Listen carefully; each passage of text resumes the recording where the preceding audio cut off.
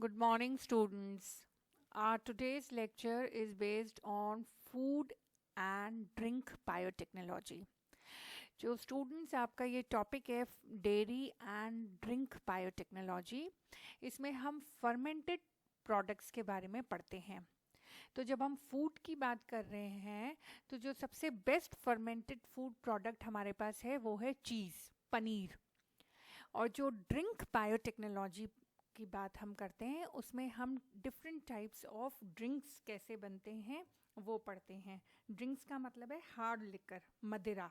उसमें हम मदिरा या शराब की डिफरेंट वैरायटीज़ जो होती हैं वो कैसे बनती हैं, कैसे उनका फर्मेंटेशन होता है और फर्मेंटेशन के लिए कौन सा माइक्रो ऑर्गेनिज्म यूज़ किया जाता है, उनको स्टार्टिंग प्रोडक्ट क्या होता है जिससे उसका फर्मेंटेशन करवाया जाता है, ये सब हम डिटेल में पढ़ेंगे। तो जो आज का हमारा लेक्चर है स्टूडेंट्स, वो हमारा फूड बायोटेक्नोलॉजी पे बेस्ड है। और फूड बायोटेक्नोलॉजी में हम सबसे पहले पढ़ेंगे कि चीज़, पनीर कैसे बनाया जाता है। पनीर बनाने से पहले हमें ये समझना है कि चीज़ या पनीर किसको कहा जाता है। जो मिल्क, दूध में जो सॉलिड्स होते हैं, जब वो सॉलिड्स और मिल्क फैट कोगुलेट हो जाते हैं, एक दही नुमा स्ट्रक्चर बन जाता है, उसको हम चीज़ कहते हैं। तो cheese can be defined as a consolidated curd of milk solids in which milk fat is entrapped by coagulated casein. Casein protein जो होता है वो कोगुलेट हो चुका है, उसको हम चीज़ कहते हैं। स्टूडेंट, यहाँ पे हम एक बेसिक डिफरेंस समझेंगे जो पनीर और दही में डिफरेंस होता है। दही में स्टूडेंट्स जो आपका माइक्रो ऑर्गेनिज्म है, जो गुड बैक्टीरिया है, वो लिविंग कंडीशन में है, इसलिए दही फायदेमंद होता है। जबकि पनीर में जो माइक्रो ऑर्गेनिज्म है वो डेड हो जाता है। So several hundred varieties of cheese can be manufactured. हमारे पास बहुत सारी वैरायटीज़ हैं पनीर की। इसको मैन्युफैक्चर करने के लिए हम सॉल्ट, टेम्परेचर, पीएच और स्टार्टर कल्चर जो यूज़ करते हैं उसको अलग अलग करके हम डिफरेंट वैरायटीज़ ऑफ पनीर बनाते हैं। नाउ बेसिक स्टेप्स क्या है पनीर बनाने के? कर्डलिंग ऑफ मिल्क सबसे पहले, फिर उसमें से पानी निकाल देना, और उसके बाद सॉल्ट डालते हैं उसको प्रिजर्व करने के लिए, एंड लास्ट इज राइपनिंग। इनको हम डिटेल में समझते हैं। सबसे पहला स्टेप जो है curdling of milk. Curdling of milk के लिए हम क्या करते हैं, जैसे दही जमाने के लिए हम उसमें जामन डालते हैं। यहाँ पे हम जामन को स्टार्टर कल्चर कहते हैं। तो कर्डलिंग करने के लिए या तो आप एक स्टार्टर कल्चर डालिए या फिर एंजाइम रेनिन डालिए दूध में। जब दही जमाते हैं तो उसमें हम दही का थोड़ा सा जामन डालते हैं। उस जामन में कौन सा बैक्टीरिया होता है स्टूडेंट्स? लैक्टोबैसिलस। अब यहाँ पे कर्डलिंग जो हम पनीर बनाने के लिए कर रहे हैं उसमें जो हम स्टार्टर कल्चर डाल रहे हैं, वो स्टार्टर कल्चर जो होता है उसमें जो हम बैक्टीरिया यूज़ कर रहे हैं वो हैं streptococcus cremoris, streptococcus lactis, streptococcus thermophilus, lactobacillus lactis, lactobacillus bulgaricus. ये ऑर्गेनिजम्स के नाम हमको याद होने चाहिए जो चीज़ बनाने के लिए हम यूज़ करते हैं एज स्टार्टर कल्चर। तो चीज़ बनाने के लिए स्टूडेंट्स या तो हम स्टार्टर कल्चर ले सकते हैं या फिर we can take enzyme rennin. Now what happens during curdling? During curdling जब भी मिल्क का कर्डलिंग होता है, जो केसिन प्रोटीन होता है वो कोगुलेट हो जाता है। नाउ केसिन का कोगुलेशन कैसे होता है? जो मिल्क होता है उसका इनिशियल पीएच जो होता है वो अबाउट 6.8 होता है। इस 6.8 पीएच पे कभी भी केसिन प्रोटीन जो होता है मिल्क में जो पाया जाता है उसका कोगुलेशन नहीं होता है। केसिन कोगुलेशन तब होता है when pH is reduce to 4.6 या 4.7। जब आप स्टार्टर कल्चर डालते हैं कर्डलिंग के लिए तो वो जो स्टार्टर कल्चर होता है it produces lactic acid by fermentation. Starter culture में हमने कहा हम बैक्टीरिया डालते हैं या रेनिन एंजाइम डालते हैं, तो जो भी स्टार्टर कल्चर आपने डाला वो लैक्टिक एसिड प्रोड्यूस करेगा बाय फर्मेंटेशन। जैसे ही लैक्टिक एसिड प्रोड्यूस होगा, मिल्क का पीएच रिड्यूस हो जाएगा और केसिन का कर्डलिंग शुरू हो जाएगा। नाउ केसिन प्रोटीन जो होता है मिल्क में, that is present in the form of calcium caseinate. Lactic acid जो है वो कैल्शियम के साथ रिएक्ट करेगा और कैल्शियम लेक्टेट बनाएगा।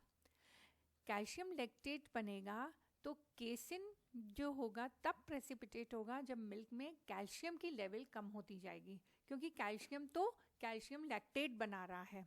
जैसे जैसे कैल्शियम की लेवल कम होती जाएगी, केसिन प्रोटीन जो है वो कोगुलेट होना शुरू हो जाएगा। अगर आप एंजाइम रेनिन डाल के पनीर बनाना चाह रहे हैं तो क्या होता है स्टूडेंट्स, रेनिन जो होता है वो कैल्शियम कैसिनेट के साथ रिएक्ट करता है। कैल्शियम कैसिनेट के साथ रिएक्ट करके वो बनाएगा कैल्शियम पैरा कैसिनेट। जैसे ही कैल्शियम पैरा कैसिनेट बनेगा, वो फ्री कैल्शियम आयंस के साथ रिएक्ट करके कर्ड बनाएगा। यहाँ पे पीएच में कोई चेंज नहीं आती, ये मेजर डिफरेंस है। अगर पनीर बनाने के लिए आप बैक्टीरिया यूज़ कर रहे हैं तो पीएच में चेंज आता है, अगर आप रेनिन एंजाइम यूज़ कर रहे हैं तो पीएच में कोई चेंज नहीं आता। अब एक बार कोगुलेशन ऑफ केसिन हो जाता है प्रोटीन का, तो कुछ लिक्विड बच जाता है। उस लिक्विड को हम कहते हैं वे, ये नाम याद रखिएगा, लिक्विड को हम कहते हैं वे। नाउ वे को हम सेपरेट करेंगे मिल्क में से। वे को दो तरीके से हम सेपरेट करते हैं। जो पानी होता है प्रेशर अप्लाई करके, विदाउट अप्लाइंग प्रेशर। अब प्रेशर अगर आप अप्लाई कर रहे हैं तो it depends on the type of cheese. अगर आपको सॉफ्ट चीज़ चाहिए तो आप बिल्कुल भी प्रेशर अप्लाई नहीं करवाएंगे वे रिमूव करते समय। But if you need hard cheese, then pressure is applied for removal of whey. The second important point is that depending upon the moisture content in cheese, cheese में कितना whey रह गया है, कितना पानी liquid रह गया है, उसके basis पे cheese different types का होता है। अगर moisture 50 to 80% है, soft cheese। अगर 39 to 50% है, semi soft cheese। अगर लेस देन 89% है, hard cheese, and less than 34% है तो very hard cheese. Now the next step is salting. Salting का मतलब होता है सॉल्ट ऐड करना। Sodium chloride salt is added to cheese. Now ये जो सॉल्ट ऐड किया जाता है चीज़ में, ये दो तरीके से ऐड किया जाता है। या तो सरफेस पे ऐड कर दिया जाए उसको सॉल्ट से रब करके, या सॉल्ट में be mixed with drained curd. Why do we add salt? Salt इसलिए ऐड करते हैं स्टूडेंट्स क्योंकि हमें पता है कि सॉल्ट एक प्रिजर्वेटिव होता है, तो उसमें अनवांटेड माइक्रो ऑर्गेनिजम्स जो हैं वो ग्रो नहीं कर पाते हैं पनीर में, क्योंकि पनीर प्रोटीन है। And it also imparts flavour to cheese. अगर ये सॉल्ट की इम्पोर्टेंस है, फ्लेवर भी देगा चीज़ को, और lastly it controls the moisture content of cheese by withdrawal of water. The last step of cheese formation is ripening. Except few, all varieties of cheese require ripening of curd. Ripening of curd क्या होते हैं इसको हम समझेंगे। इसके लिए हम अलग से बैक्टीरिया या फंगस डालते हैं। स्टार्टर कल्चर अलग था, राइपनिंग के लिए आप अलग माइक्रो ऑर्गेनिज्म डालते हैं। राइपनिंग, देखिए जो अनराइप्ड चीज़ होता है उसके एग्जांपल्स हैं कॉटन एंड क्रीम चीज़। जो अनराइप्ड चीज़ है that are cotton and cream cheese. और जो राइपन चीज़ होता है उसमें राइपनिंग के लिए हम क्या डालते हैं, बैक्टीरिया या फंगस। मोल्ड, मोल्ड मतलब फंगस। अब ये डिफरेंट वैरायटीज़ ऑफ चीज़ हम पढ़ेंगे कौन कौन सी हैं। हमने करीबन 100 डिफरेंट वैरायटीज़ होती हैं, हमने सिर्फ 5 लिखी हैं यहाँ पे। Roquefort cheese, Camembert cheese, Swiss cheese, cheddar cheese and Limburger cheese. Roquefort cheese, Roquefort cheese जो है पहले शीप के मिल्क में से बनता था, पर आजकल गाय के दूध में से भी बनता है। रॉकफोर्ट चीज़ बनाने के लिए जो स्टार्टर कल्चर है उसमें एक आप फंगस ले रहे हैं, पेनिसिलियम रॉकफोर्टाई। अब इसमें क्या होता है, कर्ड बनाने के लिए आपने उसमें कौन सा माइक्रो ऑर्गेनिज्म लिया स्टार्टर कल्चर के तौर पे, Penicillium रॉकफोर्टाई।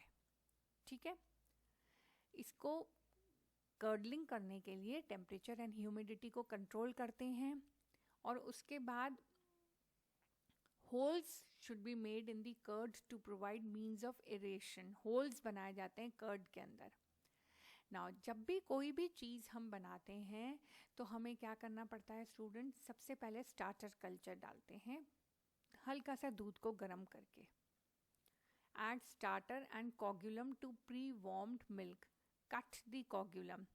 Allow to cook the cut coagulum.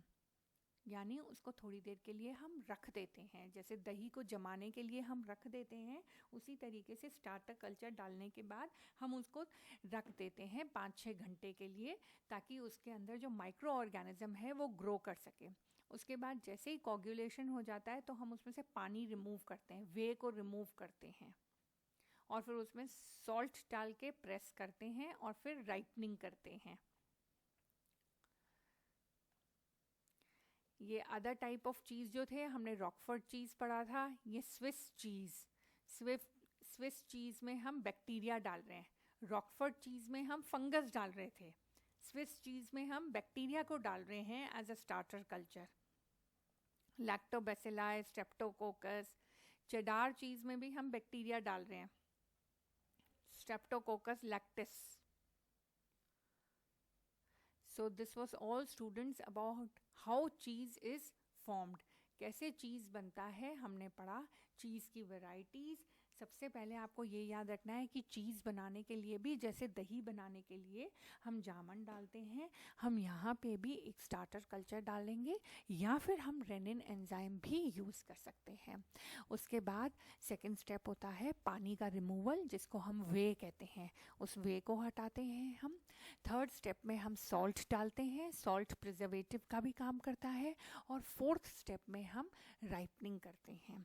सारे चीज़ राइपन्ड नहीं होते हैं, हमने पढ़ा जो हमारा सॉफ्ट चीज़ है, जो कॉटन चीज़ है, वो अनराइपन्ड फ्लेवर के होते हैं। और राइपनिंग में हम अलग वैरायटी ऑफ बैक्टीरिया और फंगस डालते हैं, जिससे चीज़ में उसका फ्लेवर आता है।